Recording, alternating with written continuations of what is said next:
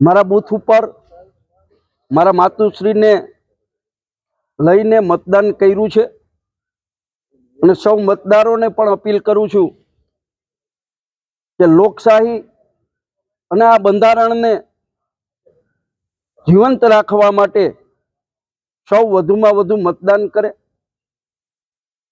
મને વિશ્વાસ છે કે પોરબંદર લોકસભા મત વિસ્તારના લોકોને જે સમસ્યાઓ છે એ સમસ્યાઓના ઉકેલ માટે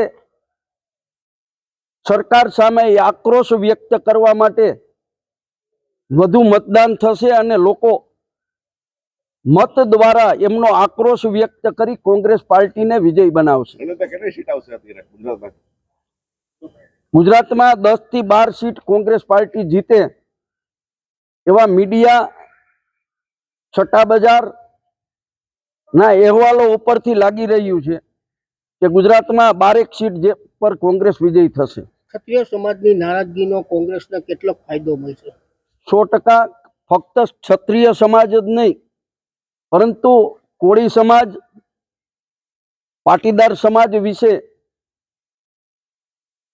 ભારતીય જનતા પાર્ટીના નેતાઓ દ્વારા જે ટિપ્પણી કરવામાં આવી છે એની અસર થવાની છે।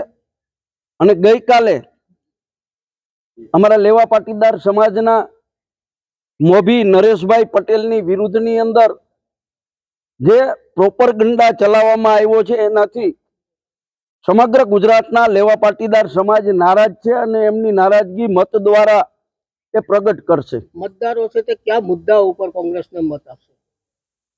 મોંઘવારી, બેરોજગારી, ખેડૂતોને પોષણક્ષમ ભાવ નથી મળતા, ખેત ઉત્પાદન માટે જરૂરી ચીજ વસ્તુઓ ખાતર, બિયારણ, જંતુનાશક દવાના ભાવો આસમાને પહોંચ્યા છે। આ તમામ મુદ્દાઓને ધ્યાનમાં રાખી અને મતદારો મતદાન કરશે એવો અમને વિશ્વાસ છે।